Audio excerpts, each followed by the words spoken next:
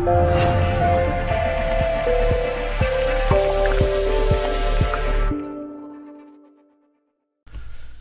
right, welcome to this week's episode of The Money Pillow. Super excited. Today I have with us a pretty amazing entrepreneur. It's Daniel Vitiello, who is 22 years old, lives up in San Francisco, and has built a phenomenal business that generates roughly 10 grand a month in revenues, $7,000 to $8,000 a month in profits, and he's working a half hour a week to maintain and kind of run this business. I met Daniel a little while back, or a week ago, right? Yep. Something like that. Yep. I had a mastermind at my house, invited a bunch of friends, and Daniel we had one person cancel, and so we put a message out to several other friends, and like a half hour later, Daniel jumped in the car and drove down from San Francisco to Santa Barbara for the mastermind. We hit it off. He told me a story. I kind of freaked out and said, dude, we got to have you on the podcast. So Daniel has a great company now called iRevive, which sells a product that basically helps people save a ton of money from not having to buy a brand new iPhone because they've dropped it in water. And his product has a really high success rate of reviving phones that have gone through that. Does really well with it. And it actually is a spinoff of some sorts from a company he had at one point called United Phone Repair, which has a really funny story I hope we can get into, where his offices and warehouse were raided by ICE agents and the sheriff's department and basically was shut down. So hopefully we can get into that. But anyway, just a great guy, and I think you got a great story. So hopefully I did you some justice with that interview. How are you, Daniel? Doing good, Sean. Thanks for having me. I meant to say intro, not interview. Anyway, thanks so much for coming on, and I'm really looking forward to this. So before we get too far along, or before we get to some of the stuff that kind of led to this, tell me real quick about, and tell everybody real quick about iRevive and what it is exactly that it does, and how you run the business and whatnot. Right. So iRevive is a product that I made for helping people fix their water damaged cell phones. And, you know, a lot of people have heard that you should put it in rice or just let it dry out. And what they don't realize is whenever you do that, the water evaporates out, but then all the salts and minerals that were in the water stay behind and start corroding the phone. So it's a spray that cleans the logic board, gets all the corrosion off, and eliminates the moisture. It's set up automated, so people can place orders on our website. Then they're automatically shipped out. Our customer service is all automated, and we also actually have a mail-in service now too for people who don't want to take their entire phones all the way apart. They can send them in, we fix them, and then just ship them straight back to them. Oh, that's interesting. I didn't know that part of it. So that's kind of cool. I'd love to get into that and see how you kind of systematize that so that you're not sitting in your office tearing apart phones. And anyway, so my question for you is this. Actually, and this just came up. Is this something that works with phones that may have had water damage a while ago, or does it need to be done fairly close to the time of the incident? Yeah, so we fix phones that, have been sitting in a drawer for months. Okay, good, because I'm going to go in. I do. My wife, my 8-year-old, dropped my wife's fairly new iPhone 4S into the toilet. Yeah. And brought it to me crying, and it's dead. And then I ended up going and getting my wife a 5, and so this thing is basically just a brick sitting in a drawer. Yep. So I'll be ordering it. What is the website for it, just so I can know and everybody else listening? It's irevivespray.com. Okay. All right. Cool. So really quick. So your product, we've established what it does, and right. Has a high success rate. And how long ago did you start this actual business? So iRevive, I didn't start as a completely separate business. I started it just as kind of a test, almost, if you will. And it's just evolved from there. But it started probably about 2.5 years ago. Okay. And did you have immediate success with it? Or what did it look like kind of in its early days? So in the early days, it was something that I discovered that I knew didn't exist already. And I knew a lot of people were looking for this kind of solution, since that was the business, that I was in at the time. And we'll talk about that in a minute. You had right. a previous So when I first previous put it out business. there, Yeah. we would get a few sales, here and there. It was very just kind of sparse. So yeah, not an immediate success. Okay. And just tell me, like that first, so this was 2.5 years ago or 2 years ago? I think 2.5. 2.5. So you were 20 and you started this basically new company with this new product. You knew already from your previous company, which again, we'll talk about in a minute, that there was a demand for it because of your customer base and the things you were learning from them. So you put it out there, and initially it sounds like it didn't have it wasn't a big success. Right. What did that first 6 months look like? Was it just I built a website, I threw it up, and a few like Google keywords hit it, and a few people landed from searches, and I sold a bottle a week, a bottle a month? Yeah. So how was that first 6 months? So the first 6 months, if you want, I can kind of just go into the process I did when I started it. And Yeah. I mean, just tell me so, how the early days were and what sales look like and how. Yeah, so I came up with the idea for this, and then I went to 99 Designs, ran a competition to have the logo or the label design for the bottle, ran a second competition to have the actual website designed. Okay. And I was able to test those just by essentially taking my favorite designs that had been submitted, and then I threw up a split test, campaign on Unbounce to test. Essentially, I was just tracking to see if someone clicked anywhere on the page, and if they clicked anywhere on the page, that was a conversion. And so that's how I determined which entry I wanted to go with from the design competition. Got it. Okay, and so just so everybody knows, 99designs.com is a site that you can go and say, hey, I want to build this website, or I need a logo. And for the website or for the logo, these are the kind of things I'm looking for. And then and whoever has the best design, I will award $250, $500, or whatever amount you set. And so you did that. So it's a way to crowdsource the design and make it really easy for guys like you and me that aren't designers to find great design that we resonate with, we like, and pick it. So, exactly. I mean, I had literally hundreds of submissions from all different kinds of designers, and the prize only goes to the one that you pick. So it's a really great model to get a wide range of input from a lot of different people. Got it. Okay. And just some brilliant designers. So you took several of those designs and started testing them and working, with them. And this was in the first 6 months, right?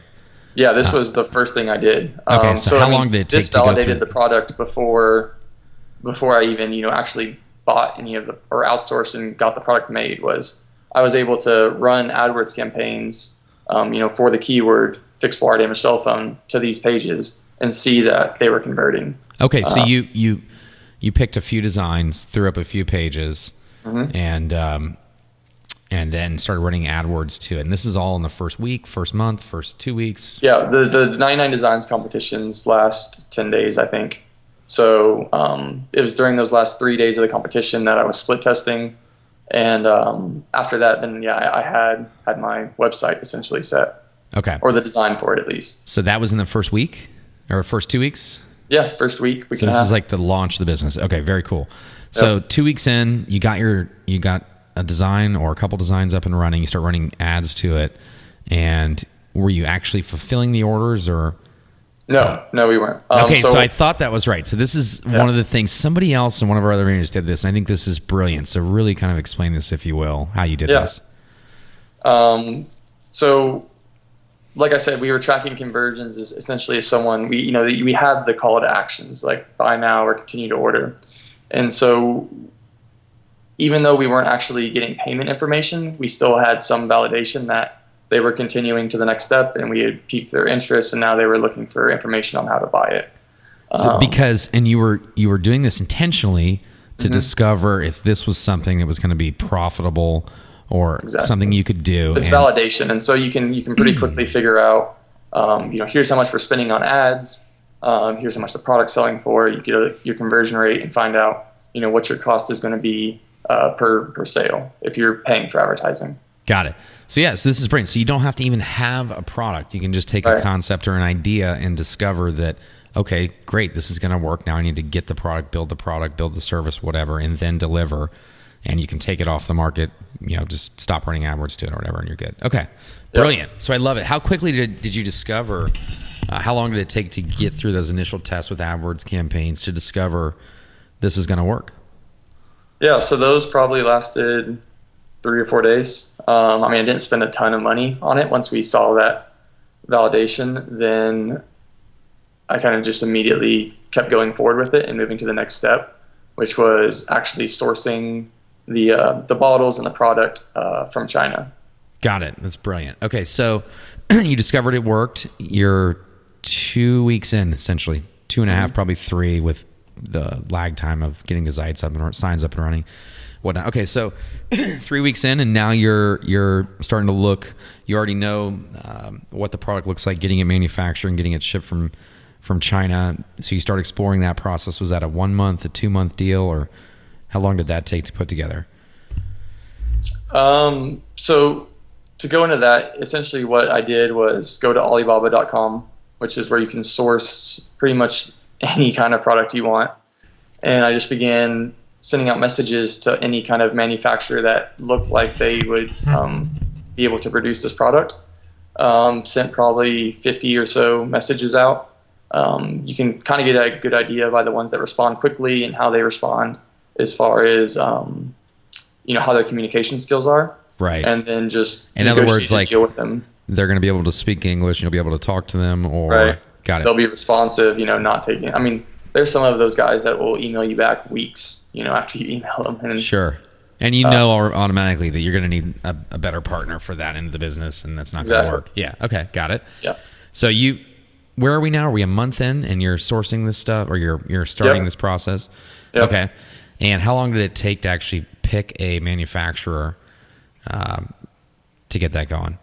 Yeah, so that all happened under a week. I was able to get some responses back, talk to them, negotiate a price to do us, because there are some that they require these massive, like 10,000 plus quantity orders. I believe we probably did an order of 500 for the first one, and you can always tell them, hey, we're planning on ordering 10,000 or 50,000 or whatever, but we're doing test samples from multiple manufacturers. Even if you're only ordering from that one, you can, give the appearance that, I'm going to be a big client, you should take care of me, et cetera, et cetera.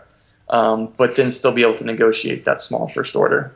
Got it. So in other words, what you mean, or in layman's terms, you were able to get your product manufactured, produced, and purchase it at a price that would be comparable for 500 at a price that would be similar to what you'd be paying for 10,000 units. Exactly. Yeah. So, and I'm assuming that cost is just driven way the hell down.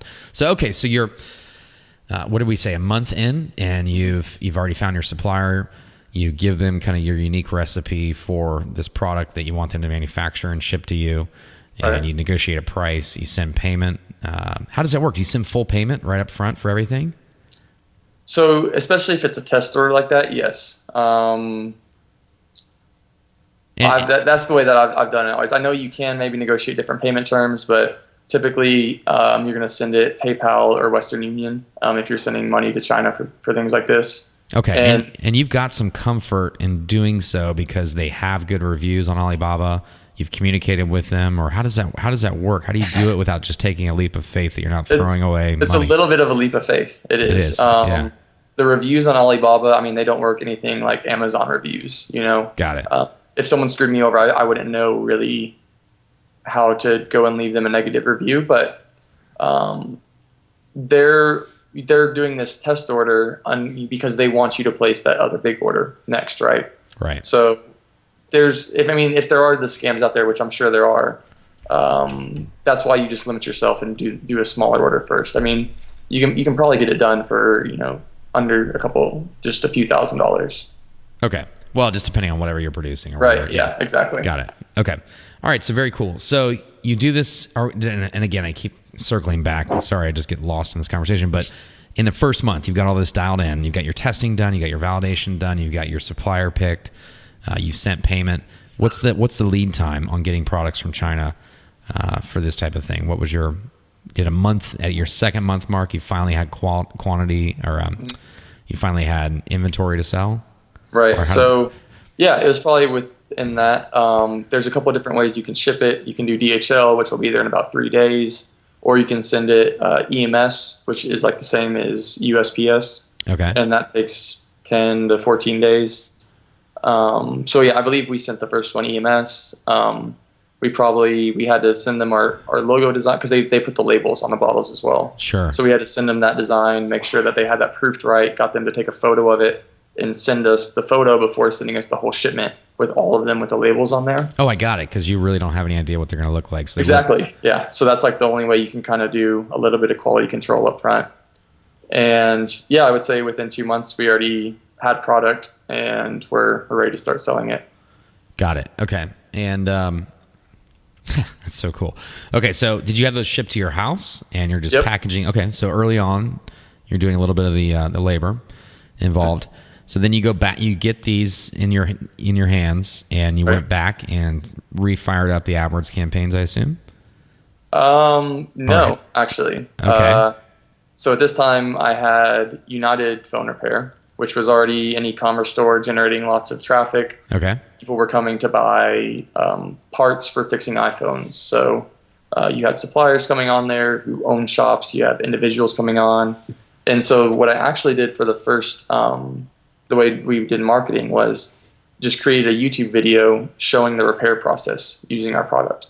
And then you can study other people's YouTube videos and the keywords that you put in the description as well as the tags to formulate a really attractive headline so that your video will start to rank well. Okay, so you created this for your other business originally to sell as a product through there. Yep. Is this right? Okay, and then you created a YouTube video and to probably place on that website somewhere to show people what it does. Mm-hmm. And you knew right away you wanted to get traction for that business, and so you did that keyword strategy where you're you know for sure that by doing, or you hope that by doing these things you start to get YouTube traffic just to that video to sell that product. Okay, right. So and you got all of that done in the first 2 months, is that right? Yep. Okay, and then so what did the next few months look like? Did it start selling one a day, one a week? And let's exclude the if we could, just to get an idea on this product. Well, I guess we'll tell the whole story. So just tell me how that looked the next few months going forward. Yeah. So from what I remember whenever we launched it, we had a very poor CMS. So the backend that manages our e-commerce website. When 99 Designs, when you do that, they essentially give you a Photoshop file. Right. And it's just the design. And you need that to be transferred into something that can be put online. So we went to Elance and hired out a team who was going to build us this custom CMS that was going to be great. And it was awful. CMS stands for Customer Management System? Exactly, yeah. Okay. Yeah. Or an e-commerce backend, e-commerce platform, yeah. Got it, okay.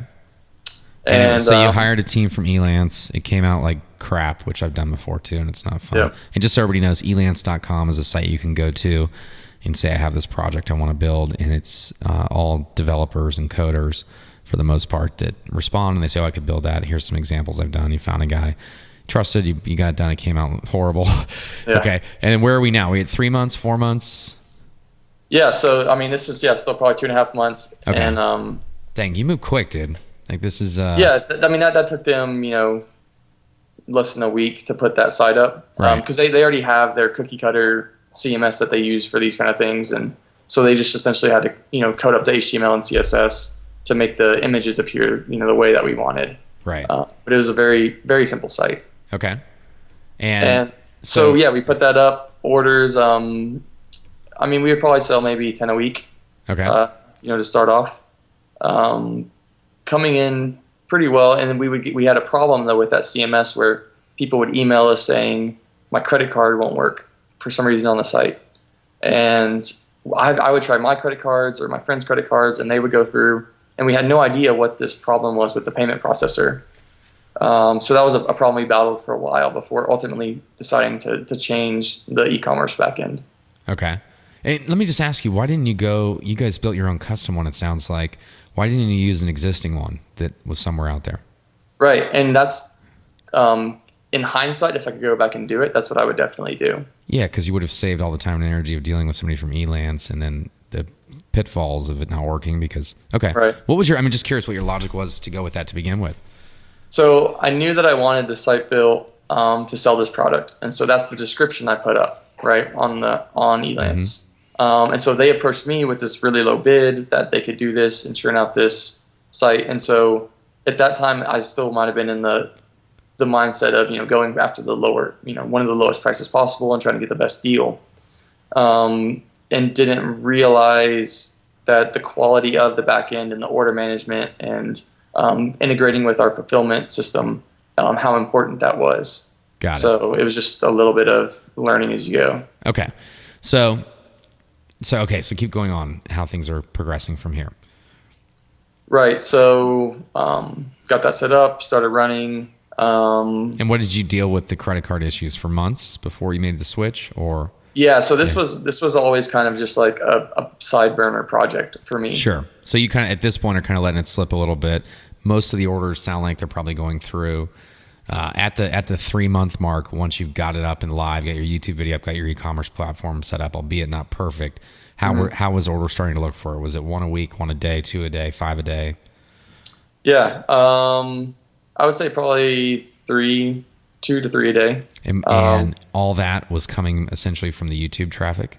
Exactly. Yeah, Okay. That's where we still get all of our traffic from. Yeah, we'll get into that. Okay. And what is the product retail for? $24.99. So we'll call it $25. You're making $75 a day, and your margins are very high. I want to say like 70%, something like that. Yeah. Okay. So $75 a day, you're netting 50 roughly, $60, $50-$60. That's $1,500 to $1,800 a month. Not bad. So you're 3 months in, and you've built something that's netting $1,500 to $1,800. Okay. That's impressive. Yeah. It was a nice little supplement to the regular parts sales that we were doing. You had a big business at that point, which again we'll get to in a little bit. So this was kind of like, okay, cool, whatever. It's bringing in a couple grand a month. But what I think is fascinating, what do you think in total, all the time it took to deal with 99 Designs, go through that, Alibaba, to find your distributor, sending graphics, getting stuff, websites made, CMS. What do you think you had in at that point? What had you put in? As far as a time contribution? Yeah. Are we talking about 100 hours, 20 hours, 200 hours? I would say all in all, to get everything up and running, as far as even like filming the repair videos and then editing. I mean, I did, pretty much everything myself that I could. It was probably close to 100 hours. Okay. That'd be a good estimate. So, and then at this point, you're done and it's bringing in $1,500, $800 a month. Right. Yep. That's so unbelievable to me. I mean, if you think about it, what you can create. Okay. So, and this is one of the things I love about doing this podcast is most people think you make money in a passive standpoint. They think of, information products or online stuff. And here we're dealing with a physical product, dealing with China, dealing with manufacturing, dealing with fulfillment. All this. So this is awesome. Okay. And at this point you had your other company. So I'm assuming you guys were doing all the fulfillment through that. Is that correct? Right. Okay. Yeah, exactly. Okay. So keep going. So we're 3 months in, you're bringing in $1,500 to $1,800 a month in profit, over a couple grand in sales. Where do we go from here? So from there, it's just been a process where I will arrive that, and I'll just get in kind of like a little work mode and kind of try and knock out some progress. So to move the business forward a little bit. Okay. So for instance, that was like creating more repair videos for different kinds of phones, or switching the CMS to the different backend. Or the most recent one I did was I created an animated product video, like a sales video. Got it. Well, hold on. Let's back up. Yeah. So you're at the 3-month mark. This is happening. Did you leave it alone and just let it bring in a couple grand a month for 6 months, a year? Like, what did that look like? Yeah, I mean, around that time, I took off and went and backpacked through Europe for 2 months. Did you really? Yeah. Where'd you go in Europe? All through. We started in Spain, went up to France, Italy, Switzerland, Greece. In Greece, this is where you were on a giant sailboat for that party or whatever. No, that was last year in Croatia. Croatia, okay. Yeah. We maybe get into that later. It's very cool. So you took off. You're like, all right, things are going well, whatever. I assume you still had your other business at that point. Is that right? Yep. Yep. Okay. And that's pretty much a money pillow business that's now extinct, and we'll talk about that in a minute. Yeah. So you took off for a couple months. Did it stay around 1,500, 1,800 a month in revenue from this one? So it just was steady working. Okay. I mean, I remember during that time, like while I was gone, we actually ran out of inventory. So I had to turn the site off for a little bit, just to stop orders from coming in while we waited for more to come from China, just because didn't have that timing down right, to have the inventory arriving. Got it. So you had no inventory control, and you're 20 you're 20 years old in a youth hostel in Spain and you get the call and you're like, oh crap, I should have figured that one out. Okay.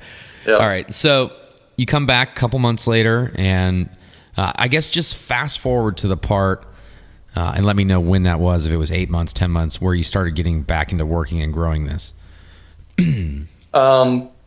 So yeah, with iRevive, I think in September probably, like the new phone came out, the 4S, and if we'd only had, was that September of 2011, right? Yeah. So it might have been July or August. It was after I got back from my trip. That's when the new phone was out. So we'd only had the video for the 4 and the 3GS up until that point. So made that video. Had just started using BigCommerce is the CMS for our United Phone Repairs website, and really liked the systems and everything that they had. So hired another team on Elance to essentially just copy the site over to BigCommerce. To integrate with BigCommerce. Exactly. And then, I mean, adding things even as simple as adding a FAQ. So a bunch of questions that we would get people emailing us, trying to have those on a site so that they can be addressed. And FAQ meaning frequently asked questions. Yeah, exactly. Okay. So you added those kind of things, and I'm keeping track better now. We're at the 6 month mark roughly. Mm-hmm. So you switch over to BigCommerce through using another group through Elance. Got that done. Did you see a spike in orders immediately because of the lost credit cards that weren't working? Yeah, because our credit cards, like people could now process their credit cards properly. Yeah. So was this you're probably losing 30 or 40% of orders? Oh, that's what I was going to ask. Would, Jesus. Type in and it wouldn't work. Yeah. Yeah. So instantly you went from 3 sales a day to 4 to 5. Yeah. I mean, it was definitely an uptick. And that switching to BigCommerce probably took like an hour of work with hiring Elance, maybe a couple hours work, a guy from Elance getting it done. And yeah, is that right? Just had then just setting up like the shipping preferences and doing the product descriptions, image, just making sure everything's, but it wasn't more than probably 10 hours work. How funny to increase revenues by that. Just is hilarious to me. It's really crazy what the small increments can make. Yeah. Oh God. In my business now, currently we're working on fixing some leaking holes like that and seeing real similar gains. 20, 30, 40% gains, and you want to just not punch yourself, but at some point it's hilarious that you didn't do it sooner. Okay. So anyway, you now are doing 4 to 5 sales a day. Let's just call it 5 because it sounds sexier than 4.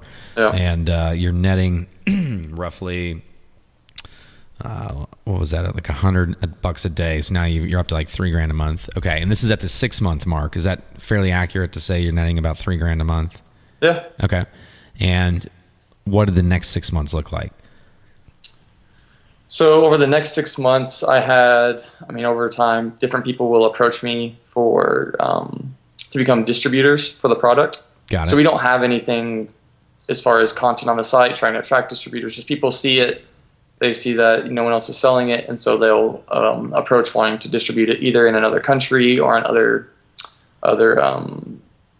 avenues that you can sell it. So I think around that time I began, I was already selling on eBay, but I have a friend who's a big eBay seller with, 50,000 plus reviews and stuff. Really? Yeah. And so I essentially started wholesaling to him just to have 2 different companies sales selling channels. iRevive, just to give it more boost of credibility, essentially. Okay. And let me ask you, did you just ignore the people that wanted to do distribution? Or did you create a new sales channel to actually sell at wholesale to other people for distribution? I've done a few wholesales, but most of them have been ignored. Yeah. Which this could be a tweak that you might be able to create a system where they can go in and buy in bulk. Yeah. We're going to do another interview in 6 months. I want to see if you get that out. Because I could see that sales channel being as big as It's growing. But anyway, so that's funny. Okay, so you did kind of limp your way into it, wholesale to a friend who's got all these products on eBay. He knows how to sell them on eBay, gets them out there. And this was in what month? 7th month, 8th month, 9th month? Do you remember? Yeah, it has to be around that time frame. Let's just call it 9 months. Yeah. What kind of impact did that have on revenue? So that gives you just a large chunk, essentially, at a time where, you're selling anywhere from 100 to 1,000 bottles at a time. I mean, they're at a discount, but it's almost hedging your bets in a way, because essentially you don't have to then deal with the customer service or the reviews or the returns or anything. So it's all on him at that point. Exactly. Yeah. And that just kind of, offloading that has been a nice balance in between the two different ways of distribution. Got it. Okay. And what kind of impact, on an average basis did that have in that time frame? Was it doubling revenue, tripling revenue? Yeah, it's hard to say because you have to average it out. So if we sold, 500 on a day, and then how long is it until the next 500? Yeah. Right. He has to place the order, so you can average that out. Let's just put it this way. What did he start selling on a daily basis, roughly? So he started selling, I don't know, he was selling more than I expected him to. And so, I mean, I was selling on eBay as well, but I don't know if just because he had the higher feedback or he was offering free shipping or what it was that he was doing that was bringing more sales. But I mean, it's interesting because no one dominated the sales. We still both were getting sales on our eBay listings. And it's just interesting on giving people that choice on who they want to buy from. Yeah, well, that makes sense. Yeah. Yeah. So how many did he start selling on a daily basis on an average? I don't have his sale numbers, but I would estimate somewhere between 2 to 3, maybe more. 2 to 3. Let's call it 2. So essentially, I imagine your wholesale is probably half of your retail. Yeah. So it's like adding another one a day, which adds another $750 in revenue. Okay. Mm-hmm. All right. Very cool. So now you're getting closer to $4K a month. And was this the majority of the activity that happened in that first year, or was there something else between the 9-month mark and a year that started increasing sales? So over time, just as the YouTube videos are around for longer, the thumbs up ratings start coming in, comments start coming in, Google starts indexing them, and you can go back and you actually can see on the statistics on the video where you can see the first time that your video appears in the sidebar of some other really popular video. And there's upticks like that which will start driving a lot more views to the video. And then that in turn just starts bringing a lot more sales. Got it. So, yeah. Okay. And so did this start happening between that 9-month and a year? Yeah, I mean, by the end within a year, there were days where we were selling 10 a day. 10 a day. What do you think you were averaging, 7 or 8? Yeah, averaging, closer to 6 or 7 probably. Okay. So, all right, cool. So you're now over 4K a month. Okay. And then, so this was at the end of the first year, and we established the business was roughly 2 to 2.5 years old. Mm-hmm. So let's look at the beginning or middle of 2012. We're probably getting beginning to middle of 2012 at this point. What then happened for the next kind of 6 months? Did it just continue to was it simply just the YouTube growth, or were there other key things that really started to work aside from showing up in sidebars and the eBay? Mm. So I did experiment with doing paid advertising a couple of different times. Targeting the keywords that you would expect to target, such as how to fix a water damaged iPhone or water damaged iPhone repair, and but we were never able to get a low enough cost per click that would make it seem profitable for us. Right. And so I basically was focusing 100% on United Phone Repair at that point, and this was just something that I never even thought about. We had even though it's bringing you 4 Teslas a month in income, you're just whatever, because the other company was big and doing well. And right. So you didn't. So basically, after year 1, you did some little testing here and there, paid advertisements, and determined, okay, I can't do anything better to increase this. So what was the catalyst that took it? Was there something you did at year 2 or the beginning of year 2 or whatever that took it from $4,000 a month up to 10 in sales? Yeah. So that animated product video has definitely helped out some. And what you mean by that is instead of just having a sales page with copy and text, you create a video that's like, here's your iPhone. Here's your iPhone going in the water. Yeah. Now you have a dead iPhone. Now you have to go buy, and you just sell the product that way. Yeah, right? exactly. Okay, so in animated fashion. And what point did you do that? That I didn't do that until September of last year.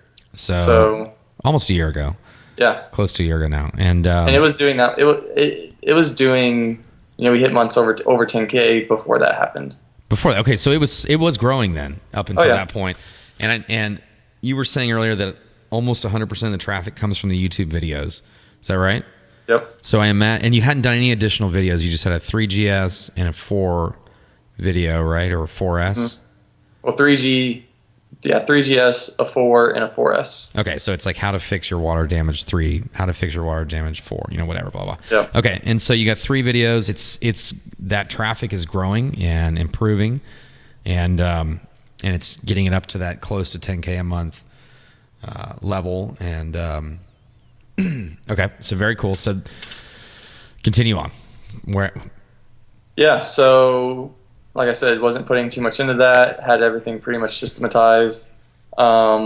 We did add in the mail-in repairs. I think that was around a year ago as well, where one of my friends so we weren't actually repairing any phones at the time. We were just distributors for parts. And we were getting a lot of emails from people saying, can you do the repair process for me, et cetera, et cetera.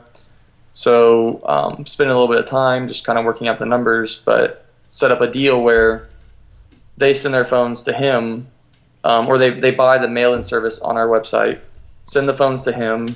He takes them in and fixes them. He has access to the CMS, so he can see that the orders are on the way, and then he can update them once they're shipped back out. So how does that work? When they buy, are they immediately shipped out an envelope to send it in with? Nope, they have to send it to us. They have to do that work. Okay. Yep. But they've already bought it, so they might as well do that work. I'm guessing, just from consumer behavior standpoint, I'm guessing there's a percentage of people that never do it. Is that right? There's definitely a small percentage that do that. 10%? I honestly don't know the numbers on that, but we have people that buy our products and never use them, and it always baffles me. I can't fathom why. Someone told me one time from a psychological standpoint that a lot of people get all of the joy that they anticipate getting from buying your product just from simply taking action, pulling out their credit card and buying, and that satisfaction is enough of a rush and enough of a thing, because it's such a hard thing for a lot of people to overcome, that they're satisfied and they're happy with that, and they never actually use it because they've gotten past some hurdle and I don't know, whatever. So I always find that fascinating. Why would you buy something and never use it? But it'd be kind of hard, especially with a phone, if your phone's water damaged and then you buy it. Oh, very true. Very true. Well, you know what I imagine in your scenario, there are people whose phones just start working again. Start working. Yeah, that's totally true. And do they ask we do get people who say that, and then, we have to refund them and stuff. Sure. So that definitely happens. Yeah. Okay. But there's probably a lot that don't. And interesting. Okay. So you work this service out. They basically buy. They're okay, cool. Here's the address. Send your phone. And then the person that you hired to contract this out to repairs the phone, ships it back. And they're good to go, right? Yep. Okay. So that's added, we'll do, I think, around 25 to 30 of those a month. Mail-ins. Wow. Okay. So and that's probably a higher priced. Are you earning more revenue on that than just selling the? So with the mail-ins, what we do is it's $60 for the mail-in service. And then if they want expedited shipping or expedited service, it's $25 for overnight shipping, $15 for priority, and another $15 for expedited service. Okay. So they can get it pretty quick, and you're earning more revenue on that aspect. Right. So, okay. Awesome. So you introduced that at what point? 18 months, 2 years? Or no, this is about roughly. This was about a year ago, so around 18 months into the whole. Okay, and that's increasing revenues. And that was just simply a customer need. Yep. You determined that was a viable deal because you were getting so many emails saying, I need you to do this for me. Right. Awesome. Okay. Is this a good time, you think, to talk? I imagine it's probably right around this time that you got raided and shut down with your other business. Yeah. Is this about that time frame?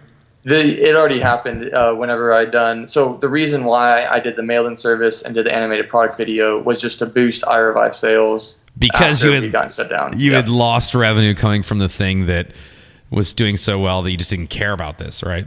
Right. Okay. Exactly. So real quick, let's just do a quick break from this business and tell me, because I think this story is fascinating and hilarious at the same time.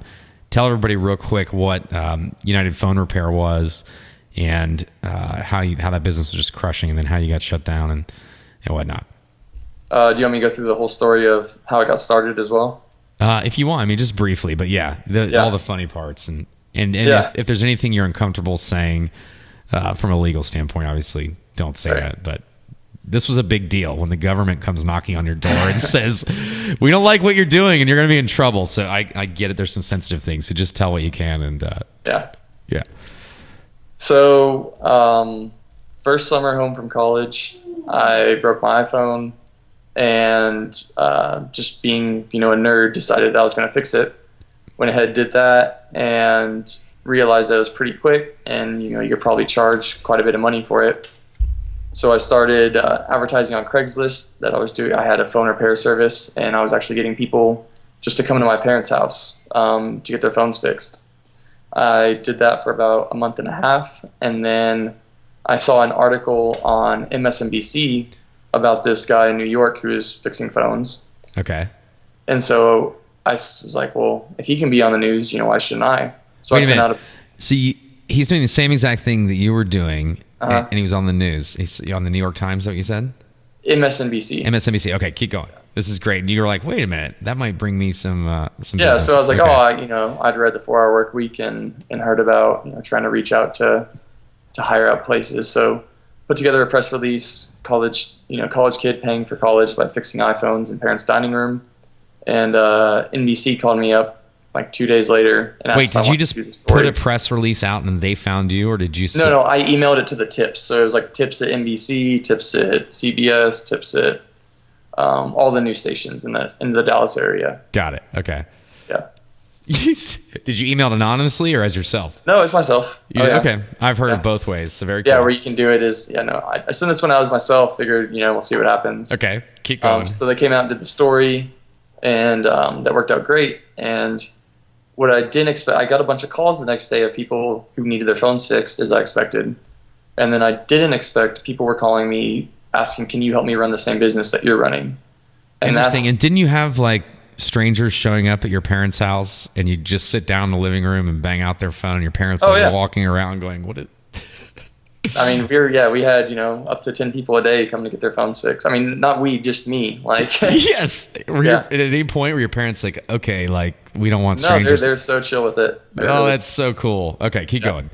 Yeah. And, because it was during the summer, so a lot of times they were at work, but we had people coming by, even as late as like 9 o'clock, come and sit down in the dining room, sit there and talk to them while I'm fixing their phone. And were you actually on the news on video?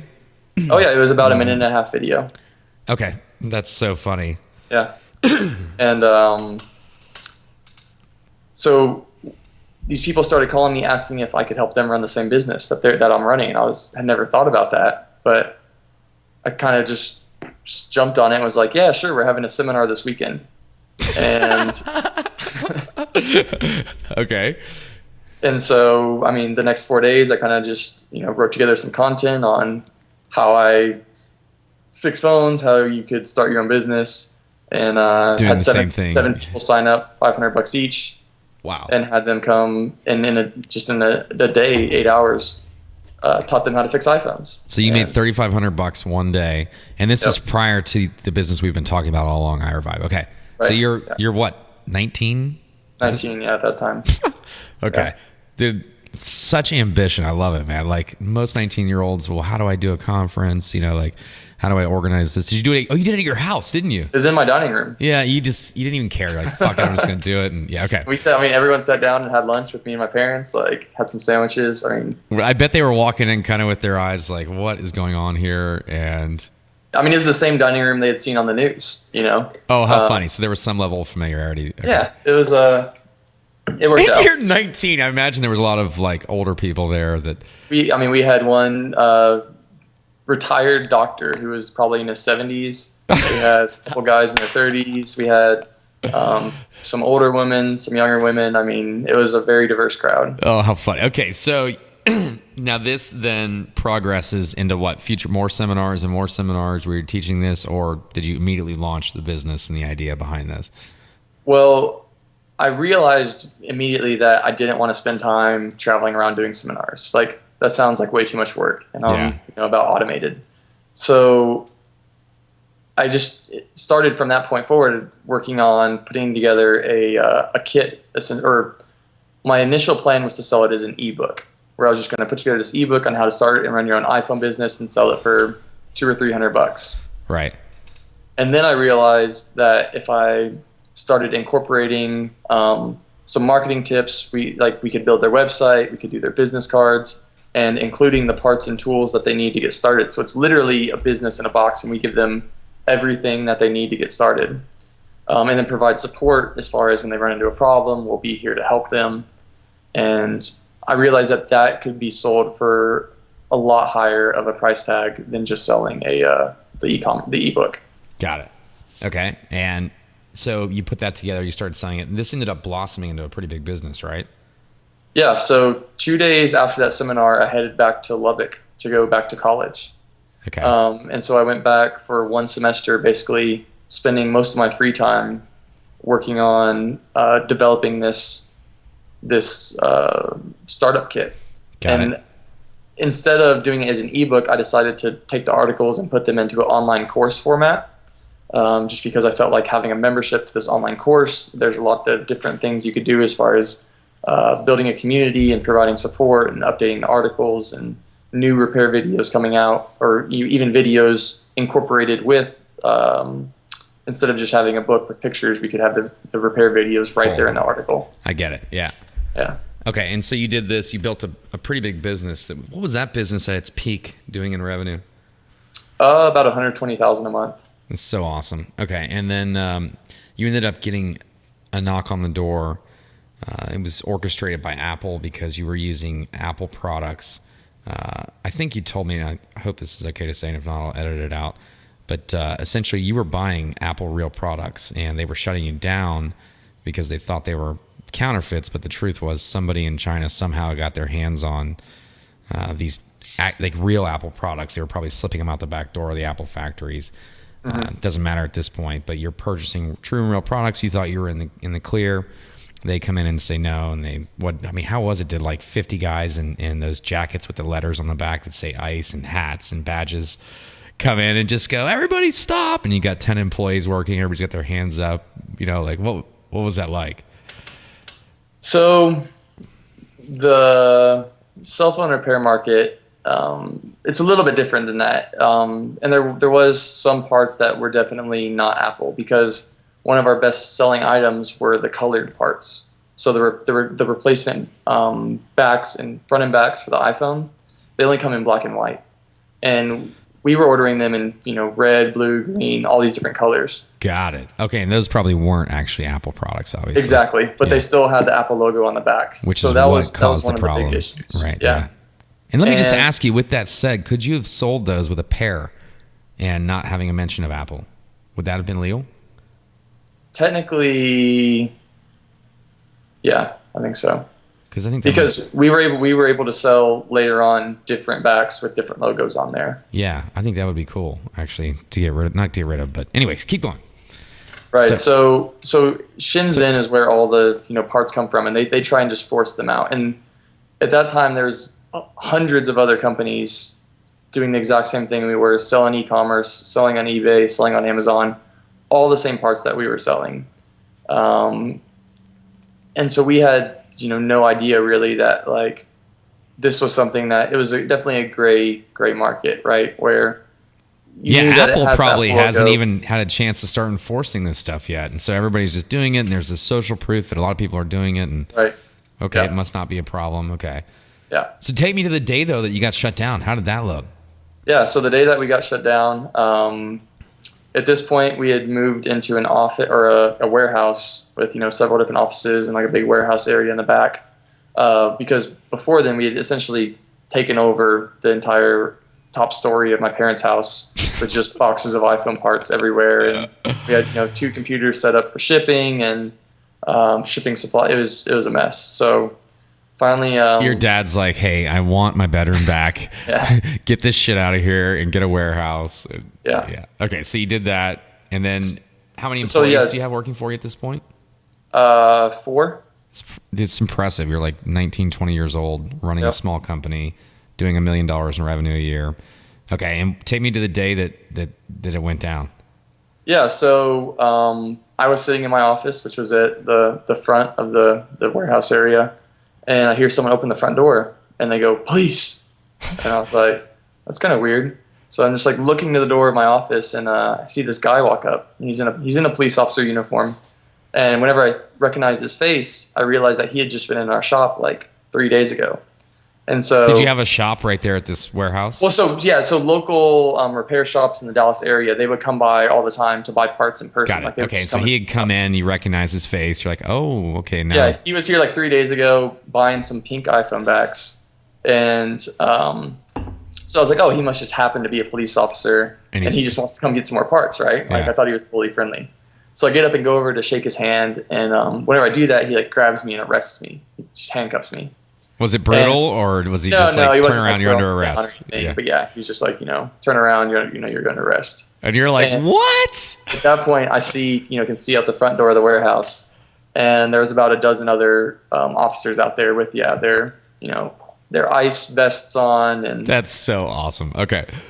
That's too funny. And so did the other people working there get arrested too? Yeah. So we had 4 or 5 customers in the back that were like buying parts back there and stuff. Oh no, they got arrested too. No, no one else got arrested. Okay. They held them and questioned everyone and stuff, but they ultimately let all the other employees go. Because I mean, essentially, most of the employees, they were just packing. Like they would just pack orders and do customer service stuff. They weren't actually handling any of the operations or running the business. Got it. Okay. So they wanted you, they got you, and this ended up evolving into that business being shut down almost entirely, or in its entirety, or did you keep portions of it running? Or well, actually, I ended up selling the business. Oh, you did. Just because the legal issue was you were selling the lookalike parts with Apple logos, so you removed that aspect of the business. There was a much bigger part of it as well, or that was probably 20-30% of the business, or half, I don't know, but you ended up selling it probably to one of your distributors, I imagine.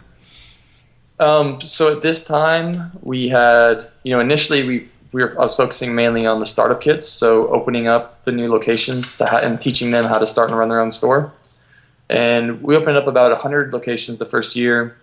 Then the part sales just started doing really well, selling directly on our e-commerce store, and then on eBay and Amazon, and then also wholesale to repair shops. Right. And so actually I had shut down any new businesses, new startup kits from being sold, because they were really intensive as far as having to do the customer service on being able to help them through repairs and help them, with their problems, et cetera, et cetera. So we were only doing sales of parts whenever we got shut down. And after they shut us down, they said, like you said, you're not able to sell any more parts with logos on it. Was this a lengthy court battle, or was it just a slap on the wrist and don't do this ever again? It went on for 1.5 years. A court battle. Yeah. And you ended up getting all the charges dropped? Yeah, pretty much. So you're not a convicted felon? No. Okay. No. Brilliant. Yeah. Yeah, well, that's the last thing. I don't think you had mentioned. So Apple actually didn't want to press charges, but the city of Dallas, just because they want to have, from what I understand, they want to have a high prosecution rate on their record, as far as, they go out and make this bust and then they see it all the way through. So the city of Dallas was actually trying to charge me with a criminal felony counterfeiting. And that's the court battle that lasted out for the 1.5 years. Got it. And you found not guilty? We pleaded to a misdemeanor. So okay. So you are a criminal, a convicted. Yeah. That's awesome. It's not awesome, but it's funny. And it's amazing. I think it's brilliant that you got all the way down to that, and it's interesting. Okay, so at this point you sold the business, and then you're like, you know what? I've got this other thing bringing in $4 or $5 grand a month. I need to focus on that, and that's where you kind of came in and did. You worked on creating that product video that shows it and whatever, and started doing some more stuff. Was there, I mean, going back to iRevive, and by the way, I just think that story is hilarious and funny, and it must have been kind of depressing for you at some point too, because you had this $1 million a year business that was probably growing slowly and building, and you lose it, but you sold it, probably walked away with a good bit. And you're all right, I've got this other money pillow over here. It's bringing in $4 or $5 grand a month. If I just put some attention to it, I can generate more. And I forget what point we kind of walked away from that. You had said you'd had some $10,000 months prior, but I'm guessing, was this a year ago when everything kind of finally wrapped up? As far as the court stuff? When you decided to actually get to focus on this a little bit more, iRevive. Oh, yeah. Yeah, about a year ago. There you go. Okay. And then you did, at that point, you did the video, animated video, and was there something else you said you did that helped sales a lot? Maybe it was just the other sales channel through eBay or... Yeah, I mean, I think one thing I did that's driving a lot of traffic now actually is on eHow or one of the how-to websites. They have an article on there that generates 10,000 plus views a month. To the YouTube video? Well, it generates this it's like on eHow. So they have this eHow article, which is all open source, kind of like Wikipedia is, where anyone can go in and edit it for how to fix water damaged cell phones. So, they do all the steps of like turn it off, put it in a bag of rice, et cetera, et cetera, et cetera. And I went in there and added, professional step or something along those lines, or optional step, and then just put in the link, and my YouTube video is embedded in there now. And no one ever edited it out? Well, no, because it's a good contribution to their I've event. had some friends that have done similar things with Wikipedia and been slapped on the wrist pretty hard. Yep. Yeah, so that's interesting. But yeah, it's open source, and I get it. Because the video is not I did not post the like product demo video or product sales video. I posted the instructional video showing the process of doing the repair, and it just happens to use iRevive. And it has a plug in it for iRevive as well, aside from showing. Yeah. Okay. Yeah. All right. Awesome. I mean, it has our URL on the screen the whole time. Got it. Yeah. Okay. Very. The whole time, just scrolling across the bottom. So it's just in the bottom left corner. Yeah. Is it clickable? No. Unfortunately, you can't direct link from the screen to other websites on YouTube. You can. Did you know that? To another URL? Really? Yeah. You just need to go and turn on AdSense on your account. Okay. And then you can do that. I'll show you when we're done this interview if you want. Yeah. That'll probably boost sales. There you go. Yeah. Are you approved? Yeah, you're approved with the ads program. So you have to just enable it on the YouTube channel. Awesome. Okay. So you did the eHow, you did the other things. And was there any major thing, or was it just a few little steps here and there and it's just slowly been growing? Yeah. I mean, one other like little step. So it's literally just all these little steps. Another one is BigCommerce has an abandoned cart notification. So if someone is on the website, they add something to their cart, and then they leave or go to a different website and they don't end up making the purchase, we can then, at that point, we'll have captured their email because they, set up their account. Step 1, step 2, yeah. Yep. And so we have a automated series of emails that goes out to any abandoned carts. And so that, we can track the statistics. And I think we capture like 13 to 15% of abandoned carts will end up coming back and making a purchase. And I imagine that's almost immediate because they want their phone fixed. Right. So it's like within a day or two, they're coming back and purchasing. Yep. That's phenomenal. Yeah, I tried some stuff like that, and we found that by asking for email prior to credit card information hitting actually submit, that it decreased sales to the point that even with the follow-up for the abandoned cart, it still ended up netting less than just having all the shopping cart information on one page and hitting go. Right. So it's very interesting. I wonder if... Okay, so anyway, so keep going. So you just did a lot of little things, and this is what along the last year, doing the eHow, integrating that big commerce autoresponder for shopping cart abandonment. Most people don't know this, but I think on average, 80% of the people that click through to the shopping cart to purchase do not complete it. Is that pretty accurate with what you guys see? Yeah, that sounds like it would add up. Is that right? Yeah, so 4 out of 5 people are now plugged into a campaign. It increases, you're able to get 10 to 15% of those people back to purchase. That's a giant number, in the grand scheme of things. I mean, if you think about it, if 10,000 people hit it and 8,000 you're able to come back and capture another 800 to 1,000 sales, 1,200 sales. That's That's massive. Okay. Any other little tips or things you did? For iRevive, no, I think that That's pretty much it, huh? we don't have any SEO. I mean, I can very easily spend some time focusing on it and continue to grow it and produce. I have right now in the plans to produce some more videos for some of the popular Android phones because our product will work on any phone. Any exactly phone. Hell, on any laptop for that matter, probably. Yeah. And that may be something you consider, because I've dumped, and I'm sure you have too, coffee and water on my laptop before, and beer actually too. And I wonder what that market's like. I wonder how many people have killed their things. So anyway, okay, very cool. So at this point, and I know you're not like 110% focused on this because you're working on a much bigger project. Mm-hmm. Do you want to share a little bit about the personal data bank deal, or do you keep that a secret? Okay. No, I can touch on the. If you never know, I'm definitely looking for more people to add to the team. So yeah, okay. Tell me about it. And hold on, I think this is actually, I don't mean to interrupt you, but I think this is important. You've created this business that pays you. How much do you work on it now? Half hour a week? Yeah, I mean, I log into PayPal to withdraw money, essentially. Or, I'll check some things sometimes, but... That's your work, yeah. It's too funny. My work is going to the bank and getting So you're working half hour a week, and you've created a business that pays you double what the average person who has a college degree and working earns. And this is why I think it's such a fascinating example of the money pillow. And it's not... you just build a great little business. And so this has given you some freedom. Mm-hmm. And you're still actively, and I should point out, you're still actively doing some things here and there to increase sales, and you have some plans to work on things throughout the course of probably the next 6 months, year, 2 years, whatever, to continue to grow that business, which is smart, because we've had people that have built these businesses and then lost them because they just get busy with other projects, or they just whatever, they travel too much and they just forget about it, and then competitors come in and kill them. But you've got some ideas to keep growing it, and you're working on those slowly.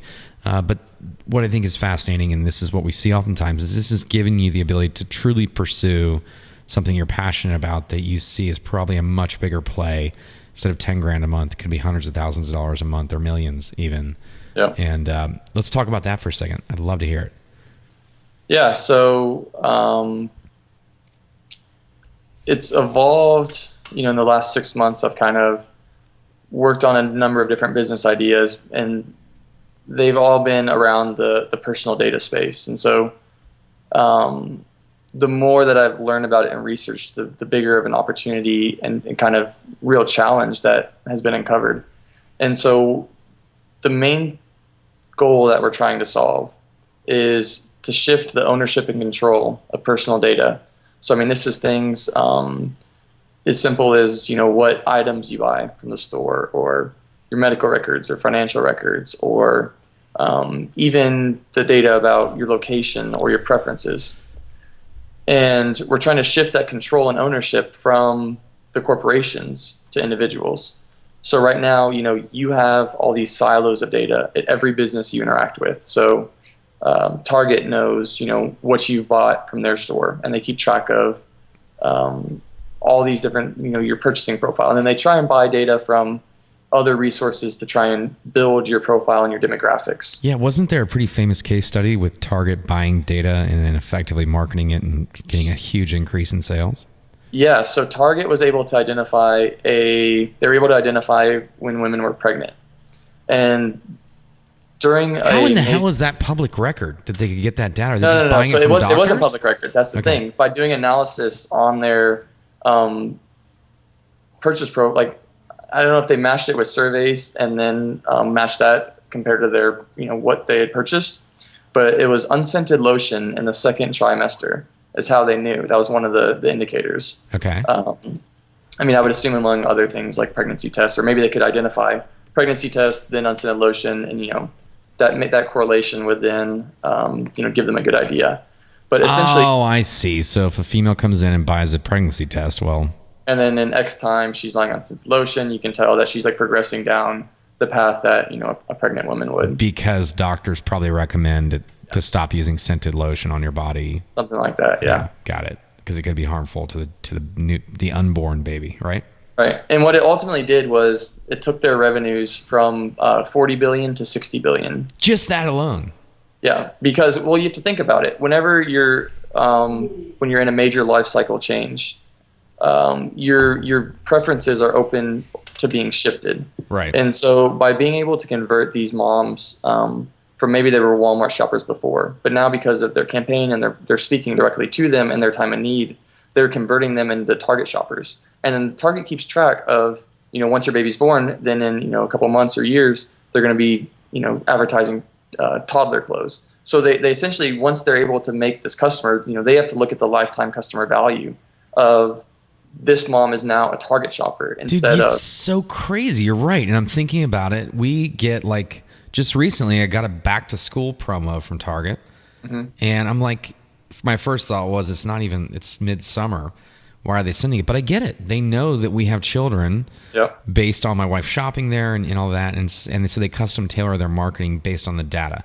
So that's what this company you're working on revolves around, the use of personal data from a marketing perspective. And you have kind of a unique spin on how you're going to be doing this, right? Exactly. Yeah. So the best analogy that you can think of it is a bank.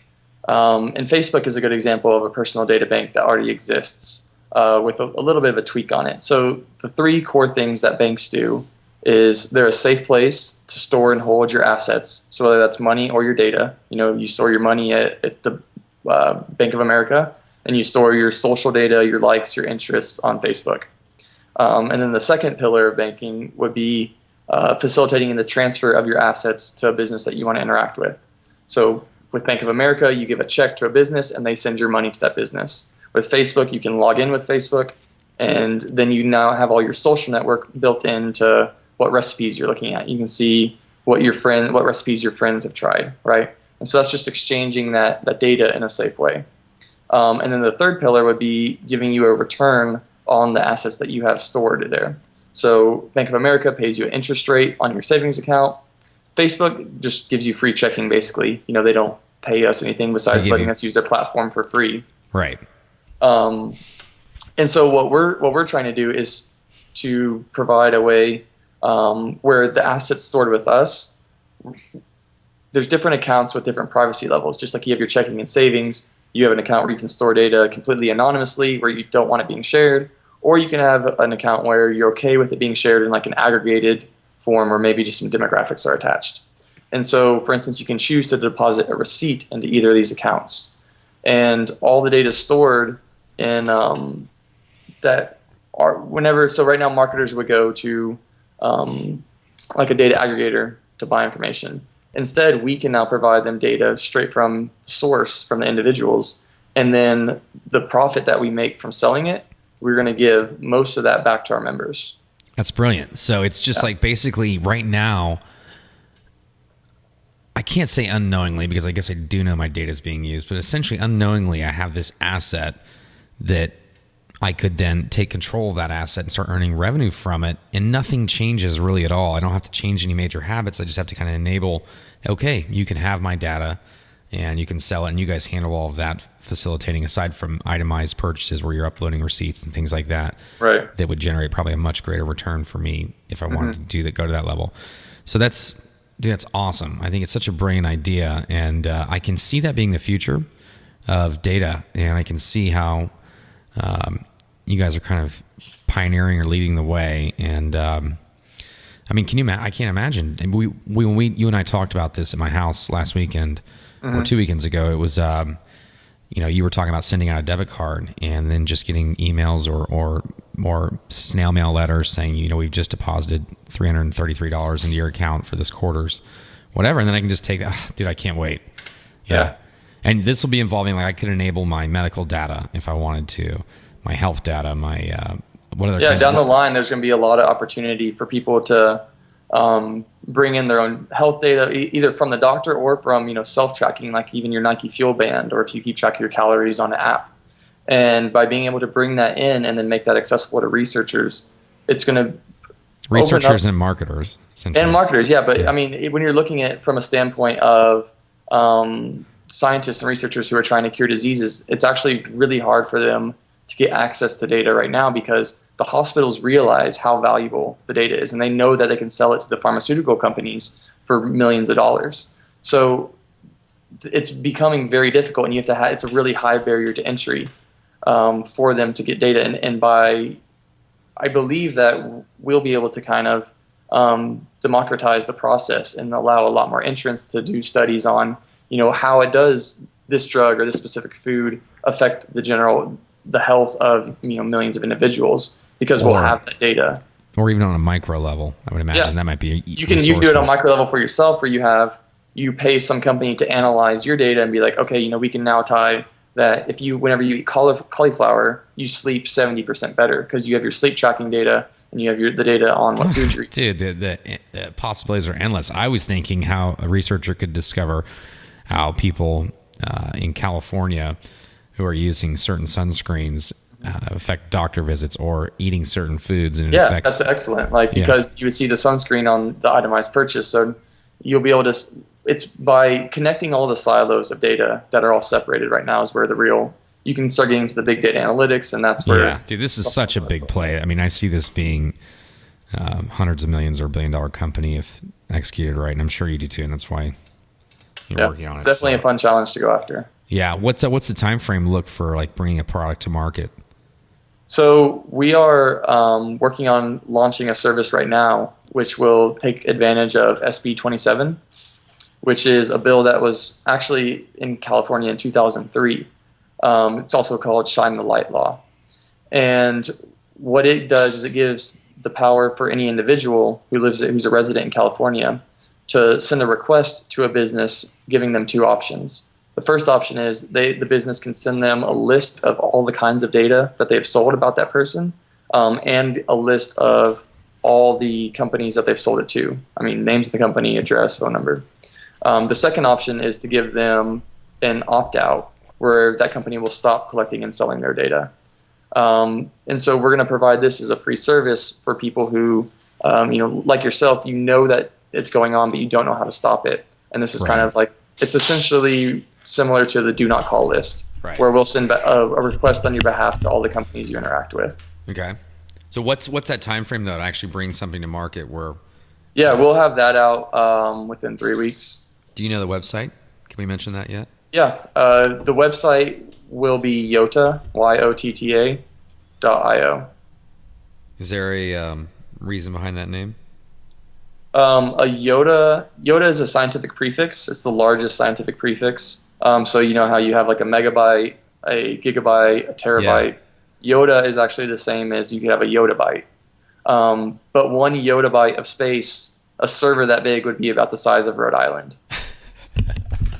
So it's a little bit of scale. So, and I love it. And you're going to be big data. So that yotta.io. And that'll be live within a few weeks. And that's fascinating, bro. Well, I do have to say, I got a couple more questions. We have to say you are one of the smartest young people I know. You're 22 and working on stuff that I would envision 40-year-olds and 50-year-olds with years of experience in this field.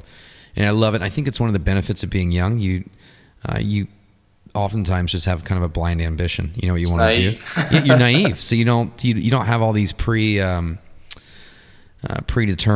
realities or what you think might be a reality on how you do things and get things done. And I think there's a lot that can be learned from that we oftentimes get hung up and we think things are supposed to be a certain way. We don't do them because of that. And you're just saying, screw it. I'm just going to run with it. I'm going to build it and nothing's going to stop me. And if I can dream it, I can do it. And you're doing it. So I think that's amazing. So, but you're definitely one of the youngest people we've had on, Daniel, and one of the smartest as well. So golf clap for you on that. Yeah, I appreciate you having me. Yeah, for sure. And I'm not done yet. I got a couple more questions. Okay. So question number one, I guess, what is it, where do you think your motivation or your drive comes in? What is it that drives you? That's a good question, and definitely something that has changed, as I've progressed. Do you want to talk about the life-ending accident that you had that kind of I'm just kidding. Well, no, I didn't know if you were talking about whenever I had cancer or. Oh, I didn't even know you had cancer. Crap. Okay, Yeah. finish your answer. But yeah. Yeah, no, I would say what drives me. I mean, it used to definitely be, like trying to, earn $1,000 a month, and it was $10,000 a month, and it was like I want to hit $83,000 a month because that would be annualized to $1 million. Yeah, and these are things that I know we all associate that kind of revenue with freedom and right, exactly. Yeah. Okay. So what? It was always I'd read the 4-Hour Work Week, and always had in mind, like that lifestyle business. I can just travel and do whatever, and I achieved that. I went and traveled. I had the automated business. It was great, and I just realized it after that that wasn't as important to me now as trying to create the future that how I think it should be. And so what motivates me now is just this idea that I'm working on, where I know the potential of it, and I know I've seen different ways that it could happen, and I believe that I can create that reality essentially. It's almost as if I've seen the future and I know it's going to happen, but if I can be the one to make it happen or not, that's like the question. And so that's where the motivation comes from, I think. And you're probably super motivated because there may be some other competitors in the space working on launching something like this, and being first to market can make a big impact and in how it succeeds or fails. And so you're probably got a lot of motivation behind that, I would imagine. Is it? Yeah, I mean, there's I've found papers by HP, by professors at Harvard. They do this at the World Economic Forum, the Davos Summit every year. This has been a big topic of discussion. So Intel also has a website where they're trying to bring together some industry leaders to just try and identify the problem. No one's actually really. I think you're a couple steps ahead of all that. It sounds like, and it's and it's going to be interesting to see. If the market or if our society is even ready for it, but we're starting to see signs like with Prism and starting to create awareness, and mainstream media is starting to bring to light some of these practices that these corporations have been keeping behind smoke and mirrors for so long. Yeah, so it's fair to say kind of you're motivated to build a big business that is centered around giving power back to consumers to control an asset, which is their data. Right, and that's exactly what it is. Control and reward. It's an emerging asset class.